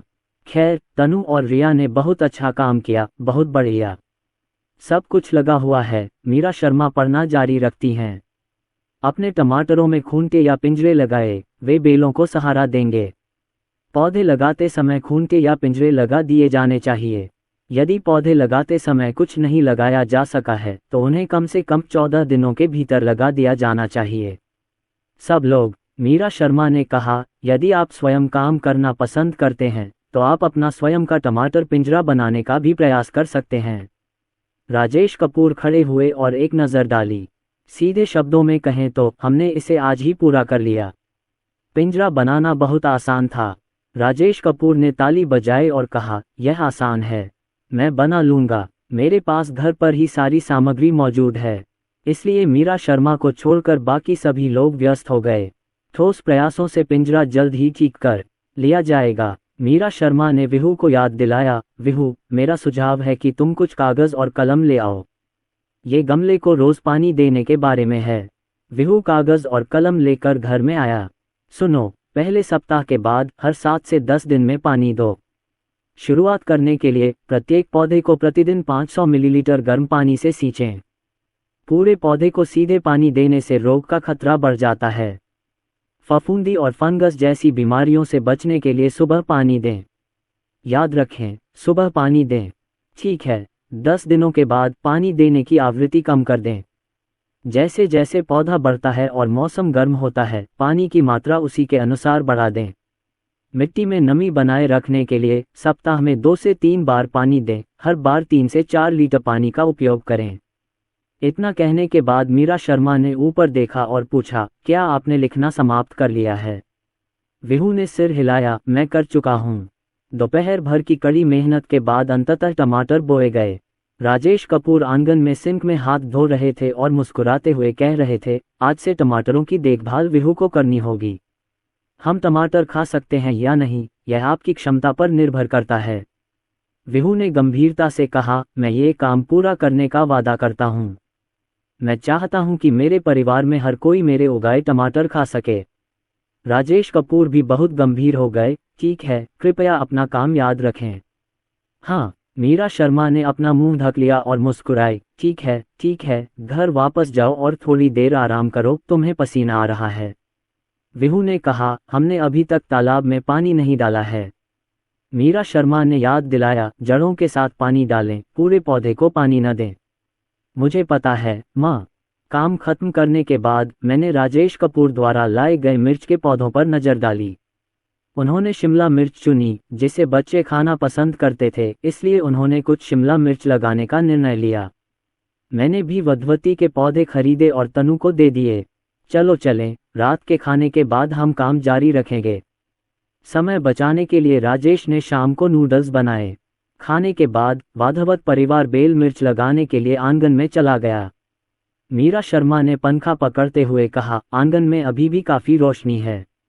मिर्च की पंक्तियों के बीच 25-38 सेमी और पौधों के बीच 30-45 सेमी की दूरी होनी चाहिए। राजेश कपूर ने जियाओ वाधवा को दूरी नापने के लिए प्रेरित किया। ठीक है। मीरा शर्मा ने एक नज़र डाली और कहा, बीजों को मिट्टी की सतह से थोड़ा नीचे 1 सेमी की दूरी पर बोएं और ऊपर थोड़ी और मिट्टी डालें। पिछले अनुभव के कारण इस बार सभी लोग पौधे रोपने में तत्पर थे। यहाँ तक कि विहू, जो थोड़ा अनाड़ी था, ने भी यह काम बखूबी किया। मीरा शर्मा मुस्कुराईं और बोलीं, तनु, ये याद रखना, मिर्च को बार बार पानी देना जरूरी है। ध्यान रखना कि मिट्टी पर्याप्त नम हो। पूरा परिवार थका हुआ था, इसलिए अगली सुबह राजेश कपूर ने विहू को जगाया। विहू और तनु वाधवत टमाटर और मिर्च को पानी देने के लिए आंगन में गए। राजेश कपूर ने कल रात इस बारे में सोचा और लोबिया के बीज न बोने का फैसला किया। सीधे पौधे खरीद लेना ज्यादा आसान होता। तो अगली सुबह नाश्ते के बाद मैं ये देखने के लिए बाहर गया कि क्या कोई ऐसा पौधा है जिसे मैं घर ले जाकर रोप सकता हूँ। दोपहर के आसपास मैंने बैंगन, लोबिया और खीरे के पौधे खरीदे। वह उन्हें खरीदने के लिए ग्रीनहाउस तक गई और वापस आते समय उसने रोपण के लिए उपयुक्त कुछ गुलाब खरीदे। जब परिवार अपना काम समाप्त कर लेता है तो दिन पूरी तरह समाप्त हो जाता है। मैं कल उन्हें फ़ोन करके कहूँगा कि वे हमारे बगीचे से फलों के पेड़ों को हटाकर यहाँ लगा दें। अचानक राजेश कपूर को कुछ सूझा। वह उठकर बाहर चला गया। मैंने भी थोड़ा पुदीना खरीदा है और उसे खाद के तौर पर इस्तेमाल करने के लिए आंगन में बो दिया है। 1 सप्ताह बाद जब सब कुछ ठीक हो गया तो जतिन कपूर ने अपने बेटे की हालत के बारे में पूछताछ करने के लिए फ़ोन किया। यह अच्छी बात है। हमारा परिवार इन दिनों व्यस्त है, इसलिए उसके पास बाहर जाने का समय नहीं है। जतिन कपूर ने जिज्ञासावश पूछा, आप किस काम में व्यस्त हैं? राजेश कपूर ने मुस्कुराते हुए कहा, इस सप्ताह हमने आंगन की सफाई की और पौधे लगाने शुरू कर दिए। आमतौर पर शौर्य घर पर होमवर्क कर रहा होता है या बगीचे के काम में हमारी मदद कर रहा होता है, इसलिए उसके पास बाहर जाने का समय नहीं होता। जतिन कपूर यह सुनकर बहुत संतुष्ट हुए। बुरा नहीं है, उसे अपने घर पर रहने दो और घर का सारा काम कर दो। राजेश कपूर को इसे शौर्य कहना वाकई मुश्किल लगता है। हालांकि इस गर्मी की छुट्टियों में बच्चों ने खुद बर्तन धोना सीखना शुरू कर दिया है। कटोरे टूटना अपरिहार्य है, लेकिन आप अपने बच्चे को इसे बनाने से सिर्फ इसलिए नहीं रोक सकते क्योंकि आपको कटोरा पसंद नहीं है। हर दिन सब्जियों को पानी देने के बाद जब भी उन्हें खाली समय मिलता, राजेश कपूर बच्चों को खेल के मैदान, पार्क और फूल पक्षियों के बाजार में ले जाते। जिस दौरान शौर्या राजेश के घर पर रही, उसने नियमित दिनचर्या बनाए रखी और चारों बच्चों से अच्छी दोस्ती कर ली। 1 सप्ताह बाद उसने अपना सारा ग्रीष्मकालीन गृहकार्य पूरा कर लिया, जिससे वह भी आश्चर्यचकित हो गया। एक दोस्त ने फोन किया, लिन शौर्य, क्या तुम हाल ही में स्टोव में मदद कर रहे हो? मैंने तुम्हें ग्रुप चैट में मेरे होने का नाटक करते नहीं देखा। शौर्य ने अनमने भाव से कहा, मैं अपना होमवर्क कर रहा हूँ। गर्मी की छुट्टियां बहुत लंबी हैं, तुम खूब मौज मस्ती करने के बाद क्यों नहीं लिखते? तुमने कितना लिखा है? मेरा काम हो गया। अरे सच में, तुमने सारा होमवर्क पूरा कर लिया है? कोई प्रश्न? शौर्य के सभी अच्छे दोस्तों के ग्रेड एक जैसे हैं और शिक्षक द्वारा दिया गया ग्रीष्मकालीन गृहकार्य उनके ग्रेड के अनुसार गणना किया जाता है। इस बार शौर्य के अंक औसत थे, लेकिन उसका होमवर्क बहुत था। कोई बात नहीं सर, मुझे जवाब देखने दीजिए। जियाओ वाधवा ने हल्के से मुस्कुराते हुए कहा, भाड़ में जाओ, इसे खुद लिखो, मैंने इस पर बहुत मेहनत की है। ये काफ़ी नहीं है, देख लो, खुद ही लिखो, तुम्हारे पास हाथ और दिमाग हैं। मैं अब तुमसे बात नहीं करूँगा, मैं व्यस्त हूँ। पीट। फोन रखने के बाद शौर्य कुछ देर के लिए चुप हो गया। उन्होंने याद किया कि आज राजेश ने उनसे चारों बच्चों को फल देने को कहा था। रिया उसके संगीत कक्ष में थी और बार बार वायलिन बजा रही थी। वह गंभीर छोटा सा चेहरा। शौर्य ने उन्हें परेशान नहीं किया और फल देने के बाद चला गया। तनु की कार्यशाला सड़क के उस पार है। तनु ने चश्मा और काम के कपड़े पहन रखे हैं और वह ऑपरेशन कक्ष में काम कर रही है। कार्यशाला को 3 खंडों में विभाजित किया गया है। एक डिज़ाइन कक्ष है, एक ऑपरेशन कक्ष है और एक प्रदर्शनी क्षेत्र है। अब तनु भी कुछ हद तक मशहूर हो गई है। उनके डिज़ाइन उनके साथियों के बीच बहुत लोकप्रिय हैं और हर बार जब वे अलमारियों पर रखे जाते हैं तो कुछ ही सेकंड में बिक जाते हैं।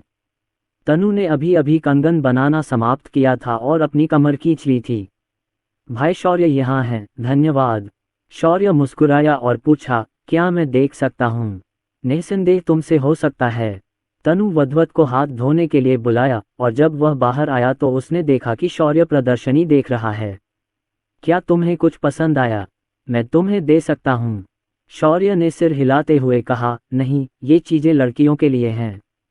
तनु ने फल को छोटे छोटे टुकड़ों में खाया और मुस्कुराते हुए बोली, शायद ये भविष्य में काम आएगा।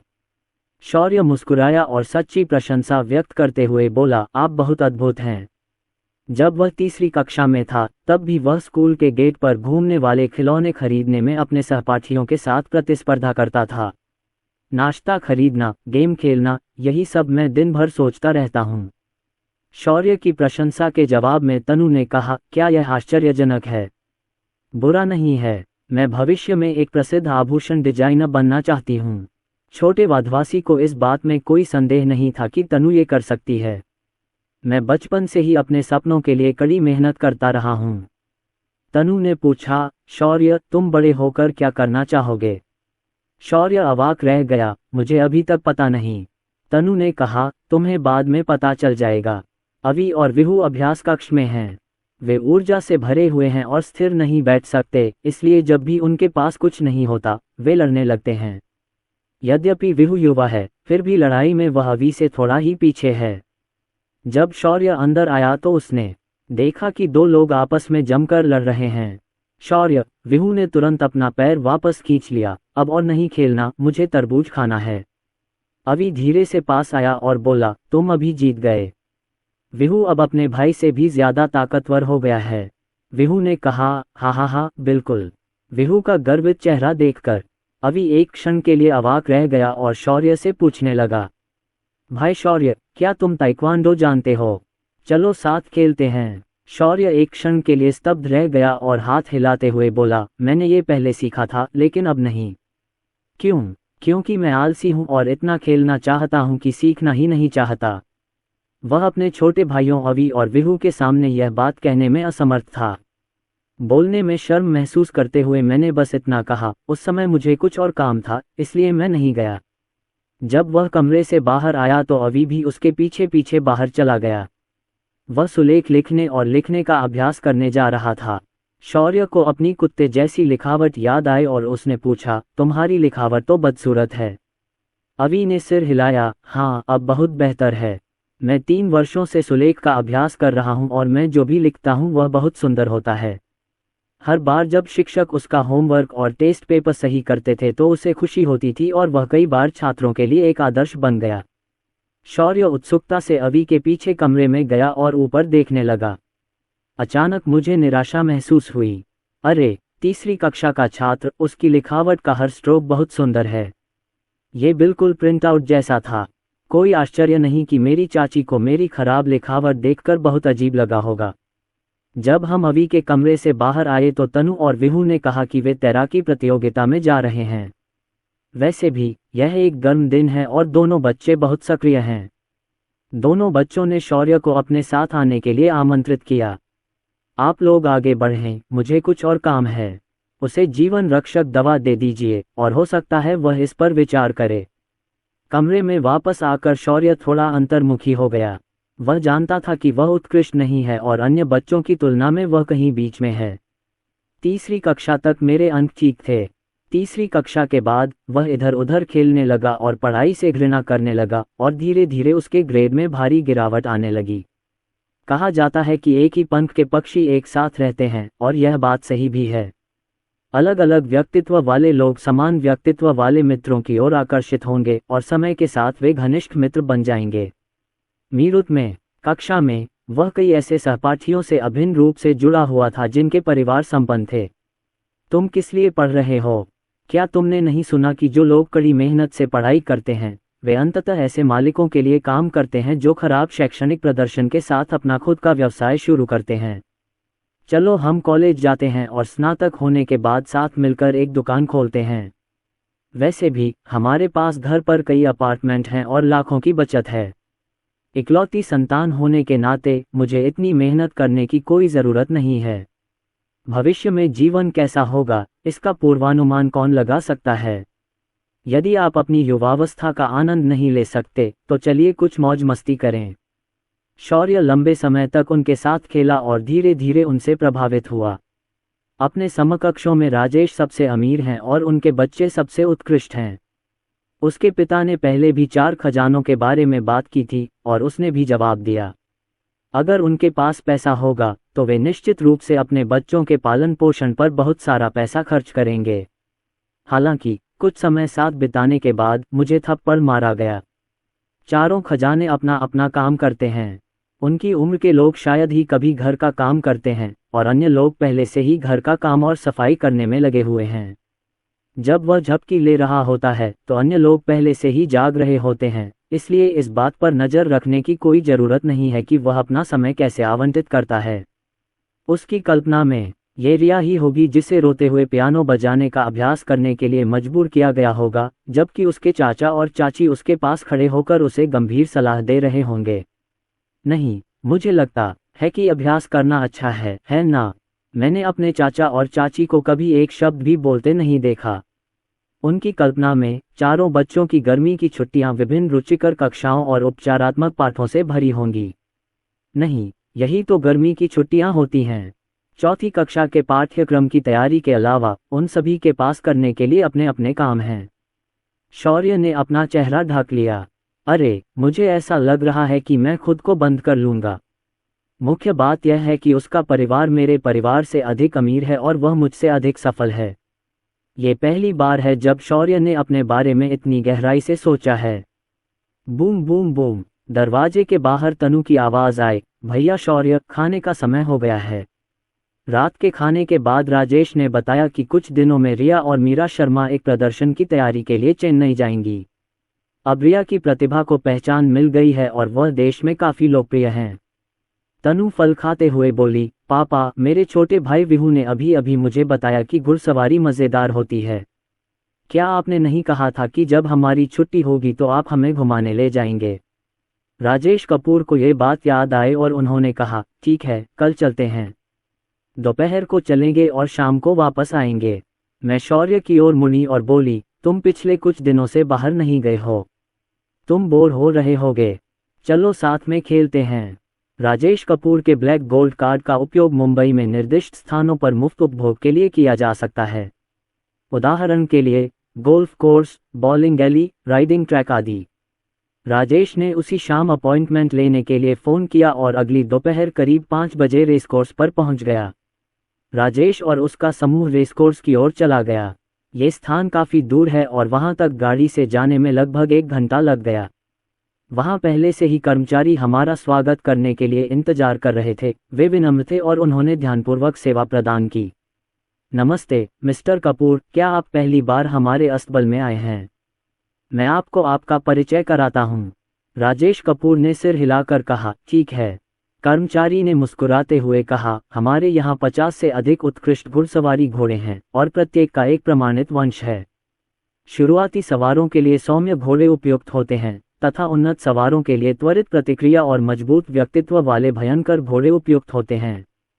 स्टाफ सदस्य ने चारों टट्टुओं पर नजर डाली और कहा, बेशक, हमारे पास बच्चों के लिए उपयुक्त छोटे टट्टू भी हैं। पार्क में एक स्पीड ट्रैक, एक इंडोर प्रशिक्षण मैदान, बच्चों का प्रशिक्षण मैदान, एक बाधा कोर्स और कई अन्य सुविधाएं हैं। सुरक्षा सर्वोपरि है। शुरुआती लोगों की सुरक्षा के लिए सभी स्थानों को 18 सेमी मोटी पीली रेत से ढका गया है। राजेश कपूर ने सिर हिलाया। मेरे बच्चों में से एक तो घुड़सवारी कर सकता है, लेकिन हम में से कोई नहीं कर सकता। स्टाफ ने तुरंत कहा, हम आपके बच्चे के लिए एक उपयुक्त कोच नियुक्त कर देंगे। राजेश कपूर द्वारा पंजीकरण फॉर्म पर हस्ताक्षर करने के बाद रिसेप्शन स्टाफ राजेश कपूर और अन्य लोगों को कपड़े बदलने के लिए ले गया। हम आवास, भोजन, स्नान और अन्य सेवाएं प्रदान करते हैं। हमारे यहाँ बिलियर्ड्स, टेबल टेनिस, डार्ट्स और शतरंज जैसे नियमित मनोरंजन भी उपलब्ध हैं। बाहर एक कृत्रिम झील भी है जहां आप मछली पकड़ने, राफ्टिंग आदि का आनंद ले सकते हैं। अपने मेहमानों को आश्चर्यचकित करने के लिए हमने एक नया रास्ता बनाया है जहां आप फल तोड़ने के लिए बाग में जा सकते हैं, लेकिन इसके लिए शुल्क देना होगा। बच्चे अपने घोड़ों पर सवार होकर फल तोड़ने के लिए इंतजार नहीं कर सकते थे। शौर्य पहली बार ऐसी जगह गया था। उसने उत्सुकता से चारों ओर देखा। उसके चेहरे पर उत्सुकता के भाव थे। कपड़े बदलने के बाद स्टाफ की तरफ कोच की व्यवस्था कर दी गई है। विहू को छोड़कर बाकी सभी पहली बार घोड़े पर सवार थे। थोड़ी देर बाद शौर्य और चारों बच्चे शांत टट्टुओं पर बैठ गए और कोच घोड़ों को बाहर ले गया। कहने की जरूरत नहीं कि अवी और विहू बेहद खुश थे। तनु ने अपने होंठ भींच लिए। उसका चेहरा तनावग्रस्त था। उसका पूरा शरीर अस्वीकृति से भर गया। कोच मुस्कुराया और बोला, डरो मत छोटे, ये टट्टू बहुत विनम्र और बहुत अच्छा व्यवहार वाला है। नहीं, देखो, अगर मैं इसे रुकने को कहूंगा तो ये रुक जाएगा। रुकना। निश्चित ही टट्टू रुक गया। जैसे ही कोच ने आदेश दिया, वह पुनः आगे बढ़ने लगी। देखो, वह बहुत आज्ञाकारी है ना? तनु की अभिव्यक्ति वास्तव में बहुत बेहतर थी और वह अब इतना घबराया हुआ या डरा हुआ नहीं था। रिया, जिसने राजेश कपूर और उनकी पत्नी को चिंतित कर दिया था, एक सुंदर छोटे सफ़ेद घोड़े पर सवार होकर खुशी खुशी बाहर आई। बाद में उन्हें पता चला कि यह वही टट्टू था जिसने रिया के करीब आने की पहल की थी। इसीलिए रिया ने इसे चुना। चूंकि उसे छोटे जानवर पसंद हैं, इसलिए उसे डर नहीं लगा। शौर्य टट्टू की सवारी भी करते हैं, जो अनोखा और मज़ेदार दोनों लगता है। सबसे खुश तो विहू थे, जो मंच पर आते ही अपने टट्टू को पूरे मैदान में घुमाने लगे। इससे बाकी बच्चे ईर्ष्यालु हो गए। विहू पहले ही कोच के साथ दूसरे प्रशिक्षण मैदान पर जा चुका है। अब प्रशिक्षकों ने टट्टुओं और कुछ लोगों को मैदान के चारों ओर कई बार घुमाया। तनु और अवी इस तकनीक में सबसे पहले निपुण हो गए और प्रशिक्षक ने घोड़ों को आगे बढ़ाया और दौड़ाना शुरू कर दिया। चिंता मत करो, कोच तुम्हारा पीछा करेगा। तनु और अवी के बारे में चिंता करने की कोई जरूरत नहीं है, वे बहुत मजा कर रहे हैं। अगला है शौर्य, जो टट्टू को दौड़ा सकता है और वह भी बहुत स्थिरता से। एक बार जब आप घुड़सवारी की मूल बातें सीख लेते हैं और आपको डर नहीं लगता, तो आप दौड़ सकते हैं। मीरा शर्मा बहुत बौद्ध हैं। उनका मानना है कि यह ऐसे ही ठीक है, बशर्ते यह एक क्रमिक प्रक्रिया हो। राजेश वह पहले व्यक्ति थे जो बिना किसी प्रशिक्षक के स्वयं घोड़े की सवारी कर सकते थे। कोच ने कहा, वाह, आपके पिताजी अद्भुत हैं। बच्चों की नज़र में ऐसा कुछ भी नहीं है जो उनके पिता नहीं जानते। राजेश कपूर अपने घोड़े पर सवार होकर बाहर आए और बोले, मैं विहू को ढूंढने जा रहा हूँ। मैं बाद में वापस आऊँगा। विहू बाहर बच्चों के खेल के मैदान में खुशी से खेल रहा था। पापा, मैं आ गया। विहू स्वतंत्र रूप से साइकिल चला सकता है, लेकिन राजेश के पीछे एक कोच रहता है। पिताजी, चलो बाग में चलें और कुछ फल तोड़ें। ठीक है। अच्छा, राजेश कपूर के कोच ने कहा, मैं आपके साथ चलूंगा। बोलते हुए उसने घोड़े पर चढ़ने का इशारा किया। राजेश कपूर मुस्कुराए और बोले, नहीं, मैं इसे संभाल सकता हूँ, कोई समस्या नहीं है। कोच ने एक बड़े खिलाड़ी को, जिसने केवल कुछ घंटों में ही यह सीखा था, ये जोखिम उठाने की हिम्मत नहीं दी। अगर कुछ भी गलत हुआ तो उसे जिम्मेदार ठहराया जाएगा। इसलिए जैसे ही राजेश कपूर ने एक कदम आगे बढ़ाया, कोई घोड़े पर सवार होकर उनके पीछे चल पड़ा। परिणामस्वरूप वह व्यक्ति पूरी यात्रा के दौरान स्थिर रहा और कोच को ये देखकर राहत मिली। लेकिन उसने जरा भी हिम्मत नहीं हारी और पीछे पीछे चला गया। यहाँ के घोड़े बाग के रास्ते से बहुत परिचित हैं। एक बार आप सड़क पर निकलेंगे तो आपको पता चल जाएगा कि कैसे जाना है। आगे सचमुच एक बड़ा बाग और घोड़ों का एक फार्म है। यहाँ सेब, नाशपाती, अंगूर और कुछ स्ट्रॉबेरी उगाई जाती हैं। पहले वे प्रति व्यक्ति कीमत की गणना करते हैं, फिर वे इसे वजन के हिसाब से बेचते हैं और कीमत बाजार मूल्य से कई गुना अधिक होती है। लेकिन यहाँ आने वाले अमीर लोगों को इस थोड़े से पैसे की जरा भी परवाह नहीं है। खुशी ही सबसे जरूरी चीज है। दूसरी ओर अवि और शौर्य पहले से ही अपने घोड़ों पर सवार होकर कुछ दूरी तक दौड़ सकते हैं। तनु और रिया आराम से अपने टैक्टुओं पर सवार हो गईं और वाधवत अपने कोच के साथ टहलने निकल गए। मीरा शर्मा ने साइकिल चलाना बंद कर दिया क्योंकि उन्हें असहजता महसूस हो रही थी, इसलिए उन्होंने बैठकर कुछ पीने का निर्णय लिया। राजेश कपूर और विहू 2 टोकरियां फल लेकर आए। कर्मचारी उसे धोने के लिए ले गए और शीघ्र ही ऊपर ले आए। मीरा शर्मा ने अपना ड्रिंक राजेश कपूर को दिया और पूछा, क्या आप थक गए हैं? राजेश कपूर मुस्कुराए और सिर हिलाया, थके नहीं। इस भावना को शब्दों में बयां करना बहुत कठिन है, मैं केवल इतना कह सकता हूं कि यह बहुत खुशी की अनुभूति थी। विहू, उसने अपना सिर पीछे झुकाया और मुस्कुराया, माँ आप विहू से क्यों नहीं पूछती कि क्या वह थका हुआ है? मीरा शर्मा ने अपने बेटे के चेहरे से पसीना पोंछा और कहा, जल्दी करो और अपने कपड़े बदल लो। राजेश कपूर खड़े हुए और बोले, चलो बेटा नहाकर आते हैं। स्नान करने के बाद मैं तरोताजा महसूस करता हूँ। फल अभी तक नहीं आया। कर्मचारियों ने कहा कि इसे कुछ मिनटों में ठंडा कर दिया जाएगा। थोड़ी देर बाद बच्चे एक के बाद एक वापस आ गए। मीरा शर्मा रिया को कपड़े बदलने और नहलाने के लिए ले गईं। राजेश कपूर अवि को पुरुषों के कमरे में ले गए, जबकि विहू बाहर आलू के चिप्स खाते हुए इंतजार कर रहा था।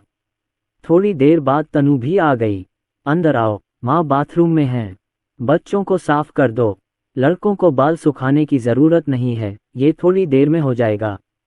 मीरा शर्मा अपनी दोनों बेटियों के बाल सुखाती हैं। रिया के बाल सचमुच रेशम की तरह मुलायम हैं और बालों की गुणवत्ता अद्भुत है। जहां तक दूसरे बच्चे की बात है तो उसके बाल घने और सख्त हैं। मैंने सुना है कि मोटे बालों वाले लोग जिद्दी स्वभाव के होते हैं और उनका व्यक्तित्व परिवर्तनशील होता है। तीसरे बच्चे को केवल अपने लिए एक छोटी सी चोटी बांधनी होगी, लेकिन दूसरे बच्चे को साफ सफाई करने में कुछ समय लगेगा। इतने में शौर्य नहाकर बाहर आ गया। यहाँ एक रेस्टोरेंट है। राजेश कपूर और उनका परिवार फल खा रहे हैं। चलो आज रात रेस्टोरेंट में ही खाना खाते हैं। 8 बज चुके हैं और जब हम वापस लौटेंगे तो लगभग 9 बज जाएंगे। जब मैंने खाना बनाना शुरू किया तो शायद 10 बजे का समय था, जो कि थोड़ा देर हो चुकी थी। राजेश को घोड़े की सवारी करने का आनंद आया। चलो कल फिर आते हैं। वह कुछ दिनों के लिए खुद को अनुकूलित करना चाहते थे, उच्च स्तरीय कोर्स पर दौड़ना चाहते थे तथा सर पर दौड़ते घोड़ों का अनुभव प्राप्त करना चाहते थे।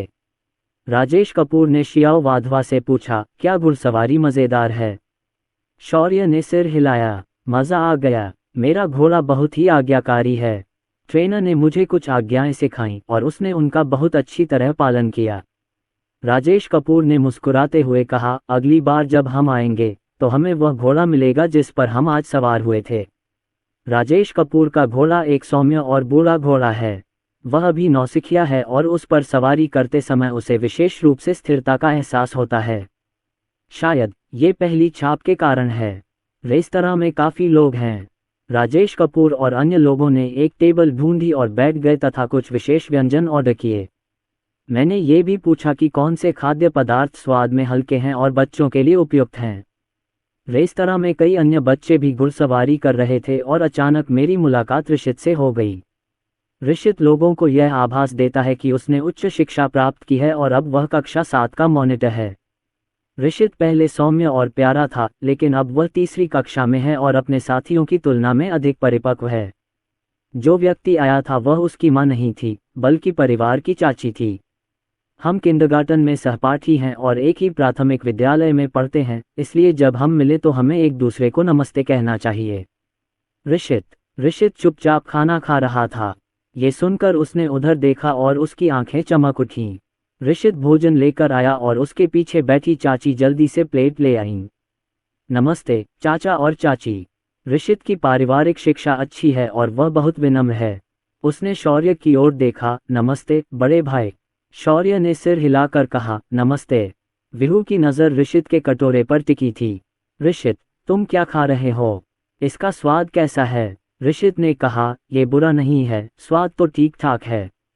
अंत में उसने कहा, यह मेरे चाचा के जितना स्वादिष्ट नहीं है। जब ऋषित वाधवत किंडरगार्टन में थे तो वह कई बार राजेश कपूर के घर डिनर के लिए गए थे और उन्हें इसकी बहुत अच्छी यादें हैं। राजेश कपूर हल्के से मुस्कुराए, सच में?